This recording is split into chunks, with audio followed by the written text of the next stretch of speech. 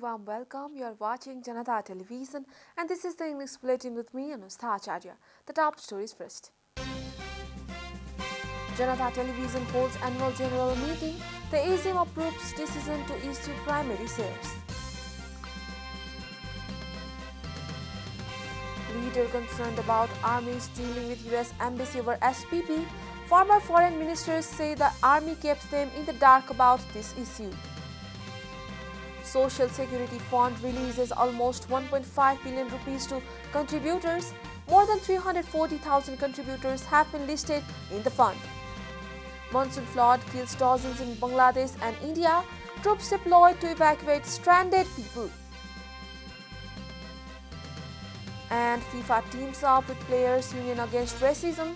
Officials to identify people who target players with abusive posts.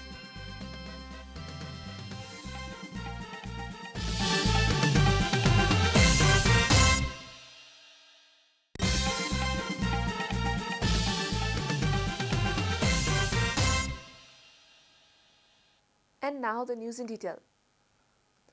Janata Prasaran and Prakashan Limited held its 7th annual general meeting. The AGM has approved the previous agreement between Janata Prasaran and Prakashan Limited and Global IME Capital Limited regarding trading of shares and issuance of IPO. A report. Janata Television HD, Radio Janata 89.1, JanataSamachar.com and Janata Prakashan and Prasaran Limited organized their 7th general meeting yesterday. The AGM has approved the agreement to issue primary shares. Chairman Dr. Vijay Kumar Paudel, on behalf of Board of Directors, presented the annual report of 2017 and 78, which was passed unanimously. Similarly, the AGM also passed the audit report of 2077 and 78. At the AGM, the chairman thanked the employees, advertisers and shareholders for their supports even in the most difficult circumstances. संस्थामा सुरुदेखि नै रहेको पुँजीको कमीलाई हटाउँदै भौतिक सम्पत्ति जोड्न, संस्थालाई अझै बलियो बनाउन र विस्तारित गर्न सफल हुनेछौँ। शेयर बजारमा सूचीकृत भइसकेपछि यहाँहरू कसैले पनि स्वतन्त्र बजारमा आफ्नो शेयर बिक्री गर्न सक्नुहुनेछ।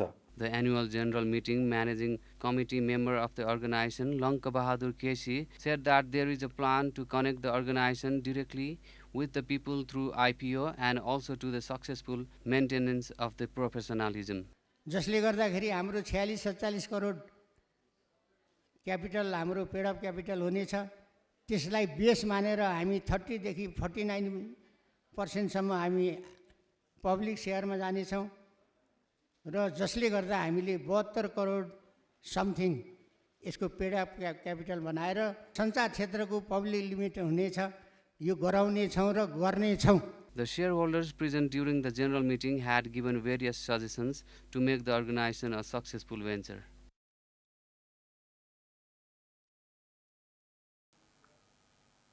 A book written by Professor Dr. Vidyanath Koirala titled Booty has been released. The book was unveiled by Professor Dr. Koirala on the occasion of the 7th annual general meeting of Janata Prasaran and Prakashan Limited. The book was jointly launched by former Minister Amrit Kumar Bohra and Lanka Bahadur Keshi, Managing Committee member of Janata Prasaran and Prakashan Limited. After the launch, the Deputy General Manager of the organization, Ashad Khimire, discussed about the book.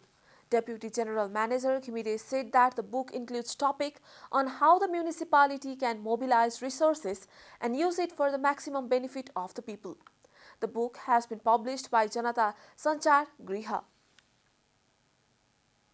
CPN Maoist Center leader Barsaman Poon has expressed concerns that the Nepalese army corresponded directly with the American embassy on the issue of the state partnership program of the USA. The former foreign minister Poon raised serious concerns that the army bypassed the foreign ministry, defense ministry and law ministry and kept them in the dark over this issue. Speaking at a program organized by Madan Bhandari Foundation on Saturday, Poon said that the government and political parties should be alert not to let launch incident happen in the future. Meanwhile, CPN-UML leader and former foreign minister Pradeep Gyawali also claimed that the army did not inform the line ministries while proceeding ahead with the state partnership program. Gyawali claimed that the then defensive minister Sushil Koirala had given the army the green signal to initiate the process almost 7 years ago. According to Gyawali, KP Oli was the prime minister when the army held corresponded with the US embassy but said that the army did not inform the concerned ministry about this issue.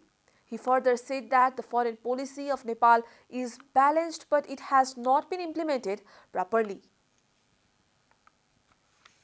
Experts have objected to keeping the issue of state partnership program of the US a secret even 7 years after initiating the process. The question arises as to why the issue of national security, which came out after a long time, was kept secret. This issue has become more complicated as different bodies and individuals of Nepal and the United States have come out with their own views. Nepal Army had disclosed the issue of SPP only on Wednesday, saying that there was no agreement on this issue. The debate on the issue of the authenticity started after the letter, signed by the then Chief of Army Staff Rajendra Chetri, came out on Thursday.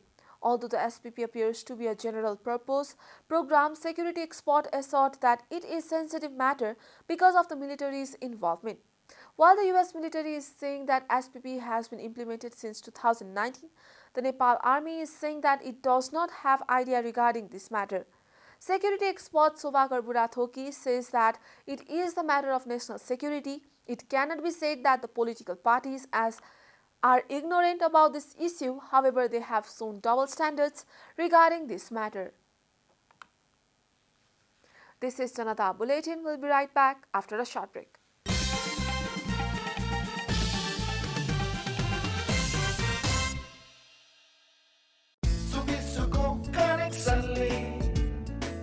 Life हुन्छ यो मस्त निशुल्क स्वास्थ्य बिमाले जीवन बन्छ स्वस्थ। अब सुविसुको internet तथा टिभीको नयाँ जडान र नवीकरणमा पाउनुहोस् रु 1 लाखसम्मको निशुल्क स्वास्थ्य बिमा। शर्त तथा नियमहरू लागू हुनेछन्। थप जानकारीका लागि 0142358888 वा www.suvisu.net.np।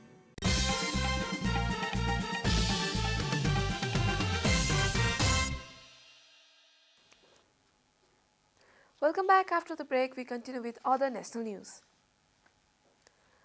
The government yesterday confirmed 21 new cases of COVID-19 across the country. According to the Ministry of Health and Population, the number of active cases of COVID-19 has dropped to 150 after 9 people recovered from the disease. So far, a total of 979,137 people have tested positive for the virus in Nepal, while 966,962 people have already recovered. No new death from the virus was reported yesterday. The death toll from the virus remains constant at 11,951. Nepal is currently among top 66 countries affected by coronavirus. USA tops the list with 87.75 million cases, followed by India with 43.25 confirmed cases. The virus has infected more than 542.41 million people worldwide and has claimed over 6.33 million lives. As the farmers are grappling with the crisis of chemical fertilizer across the country, a large number of farmers on Saturday seized 2 trucks of urea at Tharke of Dhunibesi Municipality 6 in Thading district. The fertilizer is said to be imported from Indian market by evading custom revenue. Prior to this, the security officials from the Inland Revenue Department had taken under control the fertilizer. As traders informed the farmers about the fertilizer, some 500 farmers flocked the highway and grabbed some 500 sacks of urea, taking it away to their homes. However, the armed police force personnel have managed to save some sacks of fertilizers and keep them in area police office Khanikhola. Likewise, police personnel charged batons to disperse the locals who had thronged the highway to seize the urea.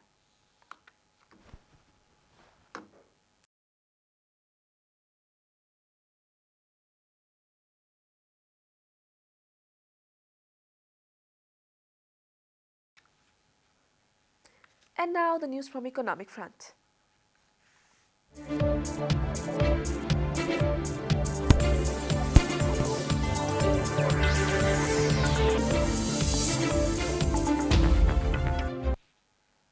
The Social Security Fund has so far paid nearly 1.5 billion to the contributors under the Social Security scheme. The fund has paid rupees 1.43 billion to various contributors till June 16.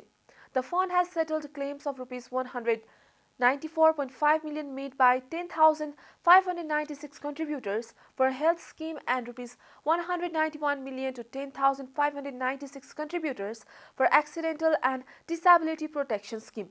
Under the Dependent Families Security Scheme, the contributors of 210 families received rupees 3.3 million and 17,772 contributors got rupees 1.19 billion under the Old Age Social Security Allowance. The fund, which was established on March 21, 2011, had started implementing the plan on November 27, 2018. Under this fund, 21% of the amount should be deposited in the fund on behalf of the employer and 11% by the workers. Rupees 18.83 billion has been collected in the fund so far. As of mid-June, 340,846 contributors have been listed in the fund. According to SSF, 17,130 employers have been affiliated to the fund during this period. Time for a short break here at Janata Bulletin. Stay tuned for international news.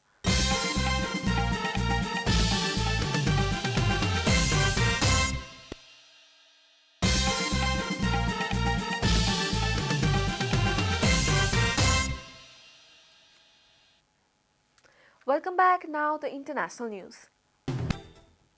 Officials said on Saturday that monsoon storms in Bangladesh and India have killed at least 41 people and unleashed devastating floods that left millions of others stranded. Relentless downpours over the past week have inundated vast stretches of Bangladesh's northeast, with troops deployed to evacuate households cut off from neighboring communities. Schools have been turned into relief shelters to house entire villages inundated in a matter of hours by rivers that suddenly burst their banks. Asma Akhtar, a woman rescued from the rising water, said her family had not been able to eat for 2 days. Lightning triggered by the storms has killed at least 21 people around the South Asian nation since Friday afternoon. Among them were 3 children aged between 12 and 14 who were struck by lightning on Friday and on the rural town of Nadal, as reported by Al Jazeera. Russia's war in Ukraine is preventing grain from leaving the breadbasket of the world and making food more expensive across the globe, threatening to worsen shortages, hunger and political instability in developing countries. Together, Russia and Ukraine export nearly a third of the world's wheat and barley, more than 70% of its sunflower oil, and are big suppliers of corn. Russia is top global fertilizer producer. Typically, 90% of wheat and other grain from Ukraine's field are shipped to world markets by sea but have been held up by Russian blockades of the Black Sea coast. Moscow argues that Western sanctions on its banking and shipping industries make it impossible for Russia to export food and fertilizer and are scaring off foreign shipping companies from carrying it. Russian officials insist sanctions should be lifted to get grain to global markets, as reported by Al Jazeera. You are watching Janata Bulletin, and now the latest from the world of sports.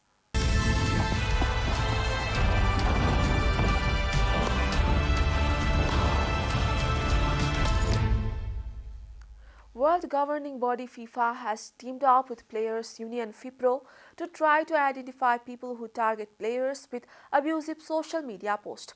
A report tracked 400,000 social media posts during the semi-finals and finals of Euro 2020 and the year's Africa Cup of Nations. The study found that over 50% of players received some kind of abuse. The report found that black players who missed penalties were the most abused players in the Euro 2020 finals. BBC Sport understands that England's Marcus Rashford and Bukayo Saka, who both missed the spot kicks in the shootout defeat by Italy, were the players who suffered the most abuse during the Euro 2020 final. The report found that most of the abuse during the two periods in question came from the players' home countries. Homophobic 40% and racist 38% comments made up the majority of the abuse, according to the report, with most of it remaining online. We are at the end of Janata Bulletin and the headlines once again. Janata Television holds annual general meeting. The AGM approves decision to issue primary shares. Leaders concerned about armies dealing with US embassy over SPP. Former foreign ministers say the army kept them in the dark about this issue. Social Security Fund releases almost 1.7 billion rupees to contributors. More than 340,000 contributors have been listed in the fund. Monsoon floods kill dozens in Bangladesh and India. Troops deployed to evacuate stranded people. And FIFA teams up with Players Union Against Racism. Officials to identify people with target players with abusive posts.